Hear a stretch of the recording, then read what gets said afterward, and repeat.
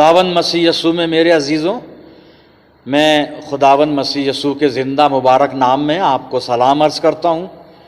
अजीज़ों, परमेश्वर का धन्यवाद करते हैं, उसने हम सब की ज़िंदगियों में एक और मौका इनायत फरमाया कि एक बार फिर हम अपने खुदावंद खुदा के कदमों पर बैठकर उसके ज़िंदा और मुबारक और पाक कलाम को सुनें, समझें।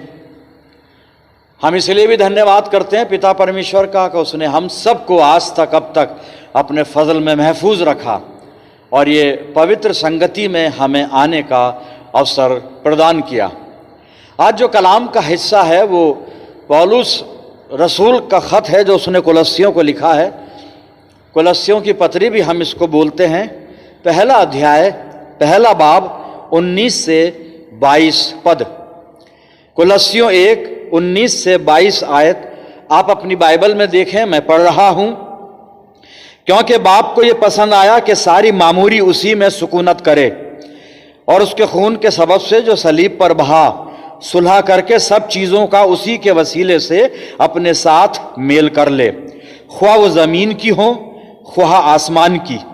और उसने अब उसके जिस्मानी बदन में मौत के वसीले से तुम्हारा भी मेल कर लिया, जो पहले खारिज और बुरे कामों के सबब से दिल से दुश्मन थे, ताकि वो तुमको मुकद्दस, बेऐब और बेइल्ज़ाम बनाकर अपने सामने हाजिर करे।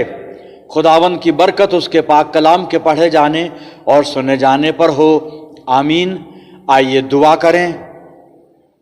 खुदावंद मसीह यस्सू में हमारे प्यारे आसमानी बाप, बड़े अदब के साथ हलीमी और फिरोतनी की रूह में होकर हम तेरे बच्चे तेरे पाक कदमों पर सरनिगू हैं। इस ईमान के साथ हम सब दुआ में हैं कि हमारा जिंदा सच्चा खुदा हमारे बीच में मौजूद है। बड़ी शुक्रगुजारी के साथ हलीमी और फिरोतनी की रूह में होकर पिता परमेश्वर हम तेरे चरणों पर उपस्थित हुए हैं।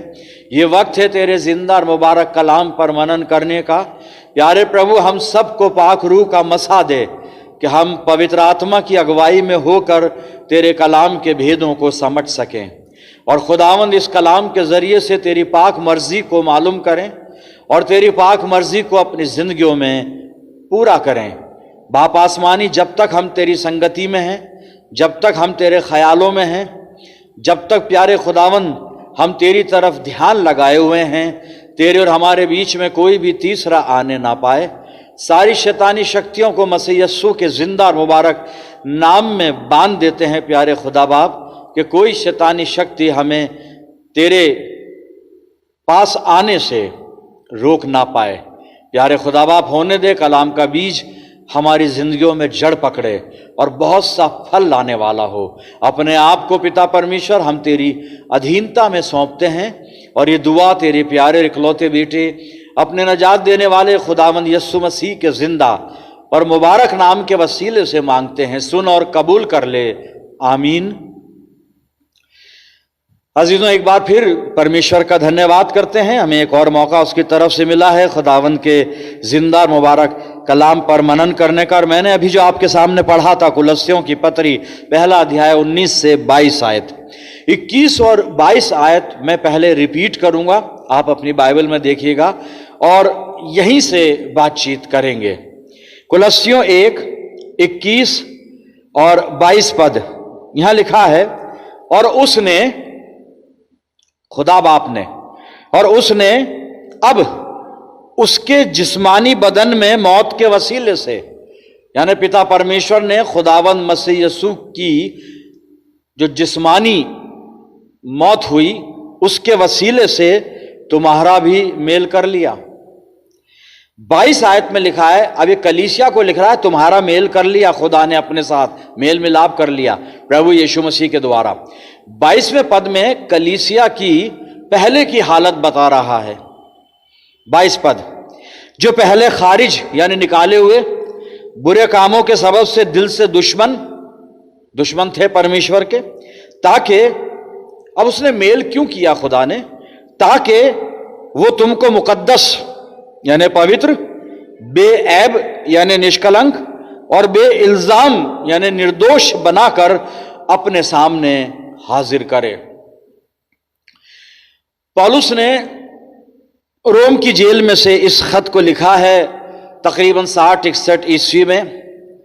और इस कलीसिया को लिखने का एक ख़ास मकसद ये था कि पौलुस को ऐसा मालूम हुआ कि कलीसिया में कुछ झूठी तालीम चल रही है, लोग झूठी तालीमों के असर में, प्रभाव में आ रहे हैं, और लोग खुदावंद मसीह यीशु की तरफ अपना ध्यान लगाने के बजाय गलत चीज़ों पर अपना ध्यान केंद्रित कर रहे हैं। और ख़ास तौर से जो कुछ बातें इनको वर्गला रही थी, इनको गलत बताया जा रहा था, कलीसिया को ये बताया जा रहा था कि कुछ आत्मिक प्रधानों की उपासना तुम्हें करनी पड़ेगी, कुछ संतों की तुम्हें इबादत करनी पड़ेगी, तब तुम परमेश्वर के साथ मेल मिलाप कर सकते हो, तब तुम उद्धार की प्राप्ति कर सकते हो। फिर खतने पर जोर दिया जा रहा था, जो पुराने ऐदनामे की व्यवस्था का एक हिस्सा था। फिर कुछ खाने पीने की बातें थी, कौन सा भोजन खाएं, कौन सा नहीं खाएं, वगैरह वगैरह, कुछ ऐसी चीजें जिनका खुदा की बादशाहत से कोई खास ताल्लुक नहीं है। मसीह यीशु का जो हमसे ताल्लुक है, जो हमसे निस्बत है, वो उद्धार के लिए है कि हम नजात को हासिल करें। हमारा ध्यान नजात पर होना चाहिए, नए जन्म पर होना चाहिए, अनंत जीवन पर होना चाहिए, पवित्र आत्मा की उपस्थिति हमारे जीवन में हो, इस पर होना चाहिए। लेकिन कलीसिया कुछ अलग झूठी तालीम के साथ चलने की कोशिश कर रही थी, और पौलुस ने इनको सावधान किया, इन्हें आगाह किया और इनको बताया कि देखो, खुदावंद मसीह यीशु तुम्हारी जिंदगियों के लिए काफी है, सफिशिएंट है, बहुत है। मसीह यीशु के अलावा किसी चीज की हमें जरूरत नहीं है जो हमें उद्धार तक पहुंचाए। हमारा प्रभु यीशु मसीह हमें उद्धार देने के लिए पर्याप्त है, काफी है। और पौलुस ने यह चीज बताई कि खुदा ने मसीह यीशु की बदौलत, मसीह यीशु के द्वारा सबके साथ अपना मेल मिलाप कर लिया, सबके साथ यानी गुनाहगार दुनिया के साथ। और कलीसिया के साथ भी परमेश्वर ने प्रभु यीशु मसीह में होकर मेल मिलाप किया है। कलीसिया भी, अब जो ये कुलस्से नगर की कलीसिया है, कुलस्सियों की मंडली है, पौलुस इससे बात कर रहा है। लेकिन अगर हम अपने कलीसिया को भी यहां पर रखकर देखें तो पौलुस जो कह रहा है वो हमसे भी ताल्लुक रखता है। और यहां पर 22 पद में वो कहता है तुम्हारे साथ, 21 पद के आखिर में लिखा है ना कि तुम्हारा भी मेल कर लिया। कलीसिया को कह रहा है तुम्हारा भी। अब जिनसे मेल किया कैसे लोग थे? ये जो अब कलीसिया में लोग हैं, ये पहले कैसे थे? खुदावंद मसीह यीशु को कबूल करने से पहले ये कैसे लोग थे? वो 22वीं आयत में लिखा है, यहां पे लिखा है, जो पहले खारिज यानी तुम निकाले हुए थे, परमेश्वर की बादशाह से बाहर थे, क्योंकि तुम्हारी जिंदगी में खुदावंद मसीह यीशु नहीं था। बुरे कामों के सबब से दिल से दुश्मन थे, यानी खुदा के दुश्मन थे तुम। खुदा बुरे कामों को पसंद नहीं करता, इसलिए तुम्हारे और खुदा के बीच में एक गैप था, एक दूरी थी, एक खाई थी, एक बीच में गुनाह रुकावट बना हुआ था। लेकिन खुदा ने ऐसे खराब लोगों को, बुरे लोगों को, जो खारिज थे, निकाले हुए थे, खुदा के दुश्मन थे अपने कामों की वजह से, उनको पाक बना लिया। यहां लिखा है निष्कलंक बना लिया और निर्दोष बना दिया। और पाक बनाकर, निष्कलंक बनाकर, निर्दोष बनाकर इसलिए बना लिया ताकि अपने सामने हाजिर करे। खुदा ने कलीसिया को पाक बनाया, निष्कलंक बनाया, निर्दोष बनाया, और वो इसलिए बनाया, खुदा चाहता है कि कलीसिया मेरी हुजूरी में रहे। परमेश्वर चाहता है कि मेरे लोग मेरे सामने रहें, मेरी उपस्थिति में रहें। खुदा हमको अपने सामने देखना चाहता है, खुदा हमको अपनी हुजूरी में रखना चाहता है। इन 2 आयतों का निचोड़ में आसान जबान में आपके सामने पढ़ता हूं। तुम यानी हम, वहां कुलस्सियों की मंडली को कहा जा रहा है तुम। अब जब कलाम हमसे बात कर रहा है तो हम आते हैं यहां पे। हम पहले निकाले हुए बुरे कामों के कारण मन से बहरी थे। खुदा ने यीशु की शारीरिक मृत्यु के द्वारा इंसान से मेल कर लिया, और उस मेल करने का जो उद्देश्य, मकसद ये था कि इंसान को पवित्र, निष्कलंक और निर्दोष बनाकर अपने सामने हाजिर करे। परमेश्वर अपनी उपस्थिति में हमें रखे, खुदा हमें हमेशा देखता रहे। मेरे अजीजों, खुदा क्यों हम जैसों को क्यों अपनी हुजूरी में रखना चाहता है? क्यों परमेश्वर हम जैसों को अपने सामने रखना चाहता है? अभी हम अपने आप पर घमंड ना करें कि हम उसके लोग हैं, हम विश्वासी हैं, हम प्रभु यीशु मसीह के अनुयायी हैं, हम खुदावंद मसीह यीशु पर ईमान लाए हुए लोग हैं, हम उद्धार पाए हुए लोग हैं, हम कलीसिया के रुकन हैं, एक हिस्सा हैं, क्योंकि कलीसिया मसीह यीशु की दुल्हन है, वगैरह वगैरह। वो सब ठीक है, लेकिन हम अपनी पुरानी दशा को भी ध्यान में रखें। खुदा ने हमें पवित्र बनाया, इसका मतलब अपवित्र थे हम, नापाक थे। फिर लिखा खुदा ने हमें निष्कलंक बनाया हमको, और निष्कलंक यानी हम बेदाग हो जाएं, कोई हम में गुनाह का निशान ना हो। निर्दोष बनाया, कोई हम पर दोष ना हो, कोई इल्जाम बेइल्जाम हमें बना दिया। इतना काम खुदा ने किया है, हमने नहीं किया है। हम पवित्र नहीं बने, अपने आप से बन भी नहीं सकते। हम निष्कलंक नहीं बने, अपने आप से बन भी नहीं सकते। हम निर्दोष नहीं बने, अपने आप से बन भी नहीं सकते, क्योंकि हम गुनाहगार हैं और हमारे गुनाहों का फिदिया मसीह यीशु ने दिया है। उसने हमें निर्दोष बनाया, उसने हम यीशु मसीह ने उसने हमें निष्कलंक बनाया, और उसी की बदौलत हम पवित्र बनाए गए। लेकिन हम जो पहले खुदा से अलग थे, परमेश्वर की बादशाह से निकाले हुए थे, और बुरे कामों की वजह से खुदा के दुश्मन थे, ऐसे थे हम। और इन सब चीजों के बावजूद भी खुदा हमें अपने सामने रखना चाहता है, हमें देखना चाहता है। ठीक है, मसीह यीशु ने अब हमको इस काबिल बना दिया कि खुदा के सामने हम जा सकते हैं। मसीह यीशु ने हमारा मेल मिलाप पिता परमेश्वर से करा दिया। लेकिन यहां पर पौलुस जो कलीसिया को बताना चाहता है, वो खुदा की मर्जी है कि खुदा कलीसिया को, चाहे वो कलीसिया कैसी भी थी, पहले बुरे काम करती थी, गुनाहगार थी, कलंक वाली थी, दोष वाली थी, कैसी भी थी, खुदा ने उसको ठीक करके, अच्छा बना के, पाक करके, निर्दोष बना के, निष्कलंक बनाकर अपने सामने उपस्थित किया है। परमेश्वर हमको अपनी हुजूरी में देखना चाहता है, पर क्यों देखना चाहता है? शायद आपके दिल में ही आ रहा होगा, भाई हमें प्यार करता है। हाँ, प्यार करता है, पर बात उससे आगे है, जो मैं थोड़ा सा आपको आज बताने की कोशिश करूंगा। खुदा बेहद प्यार करता है, इसमें कोई शक नहीं, लेकिन अभी वजह यही नहीं है। सिर्फ हो सकती है एक वजह, लेकिन फकत सिर्फ यही वजह नहीं है कि ही लव्स अस, यानी गॉड लव्स अस, खुदा हमसे प्यार करता है। या इसलिए नहीं कि खुदा ने अपने इकलौते बेटे को हमारे लिए दे दिया, इसलिए अब खुदा हमसे प्यार करता है, हमसे मोहब्बत करता है, हमको अपने हम अच्छे बन गए इसलिए खुदा हमको अपनी हुजूरी में रखना चाहता है। हम कलीसिया हैं, प्रभु यीशु मसीह की दुल्हन हैं, खुदा हमको इसलिए अपने सामने अपनी उपस्थिति में रखना चाहता है। खुदा क्यों मुझे और आपको अपनी उपस्थिति में रखना चाहता है? क्यों हमें अपने सामने रख कर हमेशा देखना चाहता है? वजह क्या है? आइए पुराने अहदनामे में कुछ पद में पढ़ूंगा, आप उसको पहले सुने, अपनी बाइबल में भी आप देखें। दूसरा शमूएल नबी की दूसरी किताब 9 अध्याय निकाल लीजिए।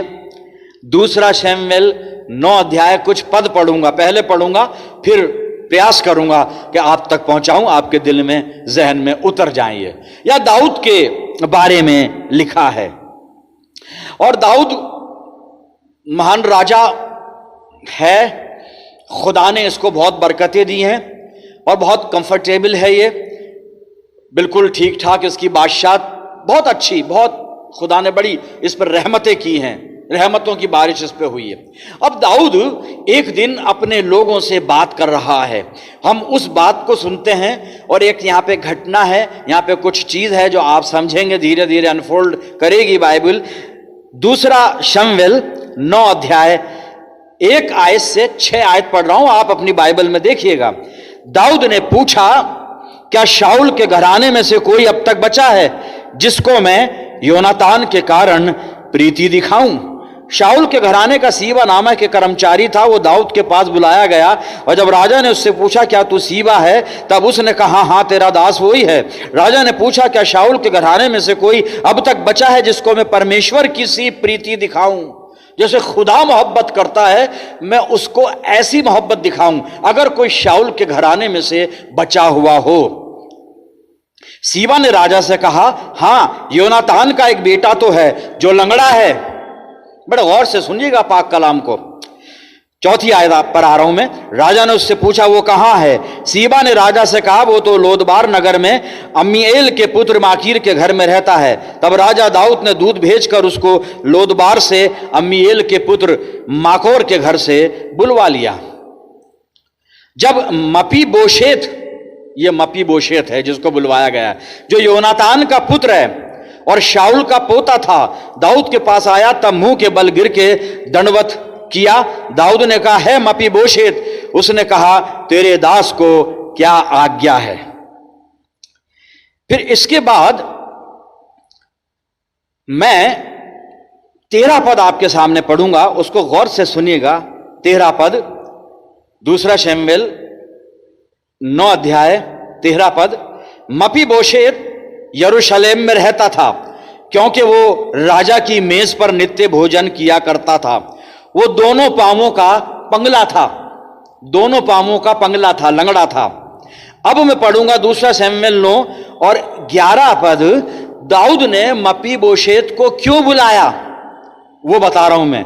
दूसरा शमूएल 9 और 11 पद यहां लिखा है, सीबा ने राजा से कहा मेरा प्रभु राजा अपने दास को जो जो आज्ञा दे उन सबों के अनुसार मेरा दास करेगा। दाऊद ने कहा मपीबोशेत राजकुमारों के समान मेरी मेज पर भोजन किया करे। और फिर दोहरा रहा हूं 13वां पद, मपीबोशेत यरूशलेम में रहता था क्योंकि वो राजा की मेज पर नित्य भोजन किया करता था। वो दोनों पांवों का पंगुला था। अभी मुझे मालूम है आपके कुछ समझ में नहीं आया, एक घटना मैंने पढ़ दी, अब समझा रहा हूं मैं आपको। दाऊद राजा ने अपने लोगों से, अजीजों से, कर्मचारियों से, दरबारियों से दरियाफ्त किया, मालूम किया कि शाऊल के घराने में से कोई बचा है कि मैं जिसके ऊपर मेहरबानी करूं और जिसको मैं परमेश्वर की जैसे प्रतीति दिखाऊं, जैसे खुदा प्यार करता है खराब लोगों को, गुनाहगार लोगों को, गलत लोगों को। पौलुस लिख रहा है ना कि उसने तुमको अच्छा बनाकर, पवित्र बनाकर, निष्कलंक बनाकर, निर्दोष बनाकर अपनी हुजूरी में रखा है। भाई हम जैसों को अपनी हुजूरी में क्यों रखा है खुदा बाप? हम इस लायक नहीं है तेरे मुकाबिल आ सकें, तेरे सामने आ सकें, क्योंकि ख्यालन फेलन कौलन हम गुनाहगार हैं। लेकिन फिर भी खुदा चाहता है हम उसकी हुजूरी में रहें, उसकी नजदीकी में रहें, खुदा की आंखों के सामने रहें। वही चीज समझाने की कोशिश कर रहा हूं मैं दाऊद की जिंदगी से। दाऊद ने दरियाफ्त किया, उसको बताया गया कि मपीबोशेत जो योनातान का बेटा है वो बचा है। दाऊद ने कहा उसको बुलाओ। वो मपीबोशेत बुलाया गया और इसके बारे में बाइबल बता रही है लंगड़ा था, ये दोनों पैरों से पंगला था। और तब दाऊद ने यह आज्ञा दी कि मपीबोशेत मेरे महल में रहेगा, मेरी मेज पर मैं राजकुमारों की तरह खाना खाएगा। जब मैं खाना खाने बैठूंगा ये मेरी मेज पर खाने पर मेरे साथ बैठेगा और मेरे साथ खाना खाएगा। साहब मपीबोशेत है कौन? शाऊल का पोता है। शाऊल और दाऊद का रिश्ता क्या है? शाऊल दाऊद का दुश्मन था, दुश्मन के पोते को बुलाया है दाऊद ने। दुश्मन का पोता, दुश्मन का पोता तो दुश्मन ही होगा ना। खैर मपीबोशेत दुश्मन का पोता है। दूसरी बात, दोनों पैरों से पंगला है, लंगड़ा है। और एक लंगड़ा दाऊद यानी राजा की मेज पर कैसे बैठेगा? अपाहिज है, डिफेक्टिव पर्सन है, लंगड़ा है। और अगर व्यवस्था की बात करें हम तो बाइबल जो है वो साहब व्यवस्था विवरण और लेवे व्यवस्था विवरण नहीं, लेवे व्यवस्था पढ़ूंगा नहीं मैं। लेवे व्यवस्था और 21 अध्याय में परमेश्वर ने हारून को कहा था कि मेरे मज़बे पर ऐसे व्यक्ति आने ना पाए मेरी वेदी के पास लंगड़ा, लूला, डिफेक्टिव पर्सन ना है, ये लोग आएंगे तो मेरी वेदी को ये अपवित्र करेंगे। ये डिफेक्टिव पर्सन को खुदा भी एक्सेप्ट नहीं करता, लेकिन यहां पर एक लंगड़ा व्यक्ति, डिफेक्टिव व्यक्ति यहां पे अपाहिज है बिल्कुल, और उसको दाऊद ने अपनी मेज पर बिठाया है। जब दाऊद खाना खाता है तो राजकुमारों की तरह मपीबोशेत उसके साथ बैठता है, दाऊद के सामने बैठता है, उसके साथ खाना खाता है। दुश्मन का पोता है, लंगड़ा है, डिफेक्टिव है, अपाहिज है, लांती व्यक्ति है। अभी जो मैंने लेवे व्यवस्था पढ़ी है, भाई परमेश्वर ही पसंद नहीं कर रहा है ऐसे व्यक्ति को। पुराने ऐदनामे की बात बता रहा हूं मैं, व्यवस्था की बातें हैं ये तो प्रभु यीशु मसीह का बहुत बड़ा अनुग्रह हुआ कि हर एक को उसने परमेश्वर के पास बुला लिया, सबका मेल मिलाप करा दिया, चाहे वो कोई कैसा भी हो आ सकता है। तो दाऊद ने ऐसे शख्स को, मपीबोशेत को अपने सामने अपनी मेज पर बिठाता है। सब क्यों बिठाता है? क्यों बिठाता है? अब मैं आपको बताऊंगा दाऊद क्यों बिठाता है साहब। दूसरा शमूएल 9 अध्याय और 7 पद में पढ़ूंगा आपके सामने। मपीबोशेत का बाप योनातान शाऊल का बेटा था। शाऊल दाऊद का दुश्मन था, लेकिन योनातान दाऊद का दोस्त था साहब, बहुत गहरा मित्र था। योनातान ने शाऊल यानी अपने बाप के हाथ से दाऊद को बचाया था हलाक होने से। और दाऊद और योनातान बहुत पक्के दोस्त थे, और दाऊद योनातान से बहुत प्यार करता था। योनातान दाऊद का दोस्त था, और मपीबोशेत योनातान का बेटा था। 7वां पद पढ़ रहा हूं, दूसरा शमूएल 9 अध्याय 7 पद में लिखा है, दाऊद ने मपीबोशेत यानी उससे कहा, या बाइबल में लिखा उससे कहा, मपीबोशेत से कहा, मत डर, तेरे पिता योनातान के कारण मैं निश्चय तुझको प्रीति दिखाऊंगा और तेरे दादा शाऊल की सारी भूमि तुझे फेर दूंगा। मैं तुझसे प्यार करूंगा, मैं तुझसे प्यार इसलिए करूंगा, तू योनातान का बेटा है, तू मेरे दोस्त का बेटा है मपीबोशेत। तू लंगड़ा है, मलाउन है, अपाहिज है, डिफेक्टिव पर्सन है, लेकिन तेरा बाप मेरा दोस्त था। जब तू मेरी मेज पर बैठेगा तो मैं तेरे अंदर मेरे दोस्त को देखूंगा। मेरे अजीजों, दाऊद बेटे के अंदर अपने दोस्त को देखता है, और खुदा बेटों के अंदर, हमारे अंदर अपने बेटे को देखता है। हम दोस्त नहीं यीशु मसीह के। वहां पर दाऊद बेटे में अपने दोस्त को देखता है, या खुदा दोस्तों में, हम दोस्त नहीं यीशु मसीह का, अभी बताऊंगा आपको।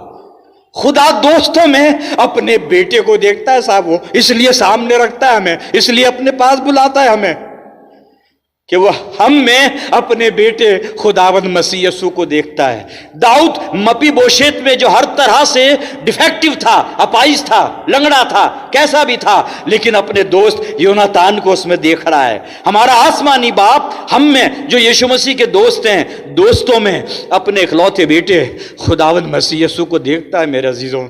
इसलिए खुदा हमको अपने सामने रखता है। हम यीशु मसीह के दोस्त हैं। कहां लिखा है बता देता हूं, यूहन्ना 15 और 14 पद सुनिएगा आप कि हम यीशु मसीह के दोस्त हैं कि नहीं हैं। जो आज्ञा मैं तुम्हें देता हूं, मसीह यीशु फरमा रहा है यूहन्ना 15:14 आयत में, जो आज्ञा मैं तुम्हें देता हूं यदि उसे मानो तो तुम मेरे मित्र हो। हम खुदावंद मसीह यीशु के दोस्त हैं मेरे अजीजों। वहां पर दाऊद मपीबोशेत में यानी बेटे में अपने मित्र को देखता है, और यहां पर खुदा अपने दोस्तों में अपने बेटे को देखता है, प्रभु यीशु मसीह को। कलीसिया सावधान हो जाए। क्या कलीसिया में हमारी जिंदगियों में खुदावंद मसीह यीशु की मौजूदगी है अजीजों? मसीह यीशु हमारे अंदर होना चाहिए। बाप ने, खुदा ने इसलिए हमें अपने सामने बुलाया है, इसलिए वो हमें अपने सामने रखता है कि हम में अपने बेटे को देख ले, खुदावंद मसीह यीशु को देख ले, जैसे दाऊद बेटे में अपने मित्र को योनातान को देखता था। बस ये वजह थी दाऊद की, एक लंगड़े को अपनी मेज पर बिठाने के लिए, एक डिफेक्टिव को अपनी मेज पर बिठाने की, एक अपाहिज को एक मलाउन व्यक्ति को अपनी मेज पर बिठाने की ये वजह थी, वो अपने दोस्त को देखा करता था उसमें। खुदा मुझ में और आपको, आपके अंदर, मुझ में और आपके अंदर खुदावंद मसीह यीशु को, अपने इकलौते बेटे को देखना चाहता है मेरे अजीजों। क्या मेरे में और आप में, हमारी जिंदगियों में खुदावंद मसीह यीशु मौजूद है? टटोलें, ढूंढें, देखें, ये महसूस करना पड़ेगा प्रभु यीशु मसीह क्या हमारे अंदर है, हमें दिखता है क्या, मौजूद है क्या। एक हवाला मैं पढ़ूंगा, 2 कुरिन्थियों 13:5 में पौलुस कुछ लिख रहा है मेरे अजीजों। यहां पे 2 कुरिन्थियों 13:5 बड़े पते की बात लिखी है पौलुस ने। 2 कुरिन्थियों 13:5 में लिखा है, अपने आप को परखो कि विश्वास में हो कि नहीं, अपने आप को जांचो, क्या तुम अपने विषय में यह नहीं जानते कि यीशु मसीह तुम में है। ये जानना होगा कलीसिया को, यीशु मसीह हम में है। एक सवाल कर रहा है पौलुस, क्या तुम नहीं जानते यीशु मसीह तुम में है, नहीं तो तुम जांच में निकम्मे निकले, डिस्क्वालिफाइड। यीशु मसीह साहब हम में होना चाहिए। बाप अपने बेटे को हम में देखना चाहता है, हमें देखना नहीं चाहता। हम में कुछ नहीं है, हम में कुछ नहीं है, किसी लायक नहीं है। खुदा ने हमसे इसलिए प्यार किया है कि हम में उसको अपना बेटा, अपना लख्ते जिगर, अपना नूर नजर यीशु मसीह नजर आता है। पर कलीसिया इस बात को आज प्रमाणित करे कि हम में यीशु मसीह है। और यीशु मसीह क्यों हो हम में, उसकी भी एक वजह है मेरे अजीजों, मैं आपके सामने पढ़ूंगा। यीशु मसीह क्यों नजर आए हम में। गलातियों की पत्री निकालें और 3 अध्याय उसका, गलातियों की पत्री 3 अध्याय और 27 पद सुनिए। यीशु मसीह क्यों नजर आए हम में, पौलुस बता रहा है। गलातियों 3:27 पद में लिखा है, और तुम में से जितनों ने मसीह में बपतिस्मा लिया है उन्होंने मसीह को पहन लिया है। हमने मसीह को पहन लिया है साहब, इसलिए मसीह नजर आना चाहिए। अगर पहना हुआ है तो नजर आएगा। आप बता दीजिए मैंने किस रंग की शर्ट पहन रखी है, किस रंग की बनियान पहन रखी है, नहीं बता सकते आप, क्योंकि आपको जो मेरे बदन पर दिख रहा है सिर्फ मेरा गाउन दिख रहा है, क्योंकि मैंने गाउन पहना है। मसीह यीशु को पहनेंगे तो मसीह यीशु दिखेगा, और मसीह यीशु दिखेगा तो खुदा मुझे और आपको देखेगा। और अगर खुदा की नजर इनायत हम पर हो गई तो बस दाऊद बन जाएंगे। आई शैल नॉट वांट, मुझे कोई घटी नहीं है। हमारी जिंदगियों की प्यास बुझ जाएगी, जिंदगियों की तड़प खत्म हो जाएगी, मसीह हम में नजर आ जाए साहब। खुदा चाहता है कि उसका इकलौता बेटा हमारी जिंदगियों में नजर आए, हमारे कामों में नजर आए, हमारी बातों में नजर आए, हमारी पूरी परफॉर्मेंस में, पूरी अपीयरेंस में यीशु मसीह नजर आए मेरे अजीजों। पौलुस इस बात के लिए बहुत तड़पता था कि कलीसिया में यीशु मसीह नजर आना चाहिए। और कितना तड़पता था, आज मैं पौलुस की तड़प आपको बताऊंगा मेरे अजीजों। गलातियों की पत्री 4 अध्याय और 19 पद पढ़ रहा हूं, अपनी बाइबल में देखिएगा पौलुस कितना तड़पता था कलीसिया के लिए। हे मेरे बालकों, कलीसिया को लिखता है, गैलिशियंस को, मेरे बच्चों, हे मेरे बालकों, जब तक तुम में मसीह का रूप ना बन जाए तब तक मैं तुम्हारे लिए फिर जच्चा की सी पीड़ाएं सहता हूं। लेबर पेन पौलुस को उठते हैं कलीसिया के लिए। अगर आज पास्टर को लेबर पेन उठ रहे हैं तब तो कलीसिया जरूर खुदा की बादशाहत में जाएगी साहब। और अगर ये लेबर पेन नहीं उठ रहे हैं मेरे में तो मेरी कलीसिया का क्या होगा, ये तो फिर खुदा ही जानता है। ये मुझे भी जवाब देना है, मुझे भी सोचना है, क्या वो लेबर पेन मैं अपनी कलीसिया के लिए महसूस करता हूं कि मेरी कलीसिया में यीशु मसीह का रूप बन जाए, वो रूप जिसको खुदा देखना चाहता है। और इसीलिए खुदा ने मुझे और आपको पवित्र बनाकर, निष्कलंक बनाकर, निर्दोष बनाकर अपने सामने रखा है। वो हम में अपने बेटे को निहारे, खुदावंद मसीह यीशु को निहारे मेरे अजीजों। हम में वो मसीह का रूप अपने अंदर ढालना पड़ेगा, अपने अंदर ढालना पड़ेगा मेरे प्रियजनों। पौलुस ने एक बात कही है, जब कुलस्सियों की पत्री और पहला अध्याय और 21-22 पे अभी मैं आपसे बात कर रहा था, अब इसकी 23 पद पढ़ रहा हूं। पौलुस क्या फरमा रहा है यहां पे? पौलुस कहता है कि खुदा ने तुमको पाक बनाकर, निष्कलंक बनाकर, निर्दोष बनाकर अपने सामने रखा है, अपने सामने हाजिर किया है। और उसकी वजह जो यहां पे नहीं है, लेकिन मैंने बताई थी कि जैसे दाऊद मपीबोशेत में यानी बेटे में अपने दोस्त को देखता है, ऐसे ही हमारा खुदा बाप दोस्त के बेटों में यानी हम में अपने इकलौते बेटे खुदावंद मसीह यीशु को देखता है। और मैंने अभी यूहन्ना 15 में से बताया था कि हम यीशु मसीह के मित्र भी हैं। यीशु मसीह ने कहा, अगर तुम मेरे हुक्मों को मानोगे तो तुम मेरे मित्र हो। तो खुदा दोस्तों में अपने बेटे को देखता है, यीशु मसीह को देखता है। और मेरा और आपका ये अब ये फर्ज अवलीन है, ये हमारा कर्तव्य है कि हम अपने अंदर खुदावंद मसीह यीशु को शक्ल इख्तियार करने दें, यीशु मसीह को रूप लेने दें, यानी हमारे अंदर से प्रभु यीशु मसीह डिमॉन्स्ट्रेट होना चाहिए। साहब पौलुस क्या लिख रहा है कुलस्सियों और पहला अध्याय 23 पद सुनिए। इतनी बात करने के बाद पौलुस ने एक शर्त रखी है। कुलस्सियों पहला अध्याय और 23 पद, बशर्त ये कि तुम ईमान की बुनियाद पर कायम रहो नहीं, लेकिन मैं इसको पूरा कर रहा हूं ताकि आप समझ लें। हमें ईमान की जो बुनियाद हमारे अंदर डाली गई उस पर कायम और पुख्ता रहो, मजबूत रहो, और उस खुशखबरी की उम्मीद को जिसे तुमने सुना ना छोड़ो, जिसकी मनादी आसमान के नीचे तमाम मखलूकात में की गई, और मैं पौलुस उसी का खादिम बना। ईमान में मजबूत हो जाएं और जो खुशखबरी हमने सुनी है उसे ना छोड़ें मेरे अज़ीज़ों। तो मसीह हम में नजर आएगा, क्योंकि खुदा चाहता है मुझ में और आप में अपने इकलौते बेटे खुदावंद मसीह यीशु को देखे, और इसलिए वो खुदा हमको हमेशा अपने सामने रखता है, चाहता है हम उसके सामने हाजिर रहें, उसकी संगति में रहें, ताकि वो अपने जिगर के टुकड़े को, मसीह यीशु को हमेशा देखता रहे। आखिरी हवाला पढ़ेंगे और उसके बाद कंक्लूड करेंगे मेरे जी। रोमियो का खत 12 अध्याय 1 और 2 पद। ये कलीसिया को ये काम करना है। क्या करना है?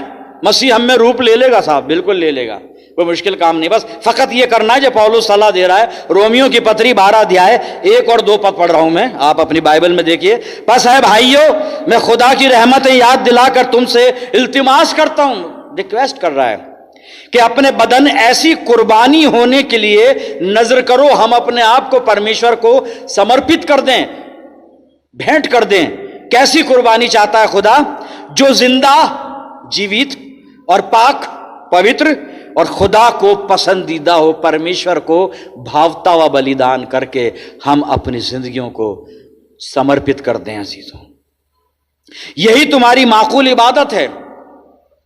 दूसरे पद में लिखा है, और इस जहान के हम शक्ल ना बनो, बल्कि अक्ल नहीं हो जाने से ऐसी सूरत बदलते जाओ ताकि खुदा की नेक और पसंदीदा और कामिल सिद्ध मर्जी तजुर्बे से, अनुभव से मालूम करो। खुदा करे हम इस जहान के हम शक्ल ना बने, बल्कि अपने आप को पवित्र, जीवता हुआ और खुदा को भाने वाला बलिदान करके प्रभु को समर्पित कर दें अपनी जिंदगियों को मेरे जी।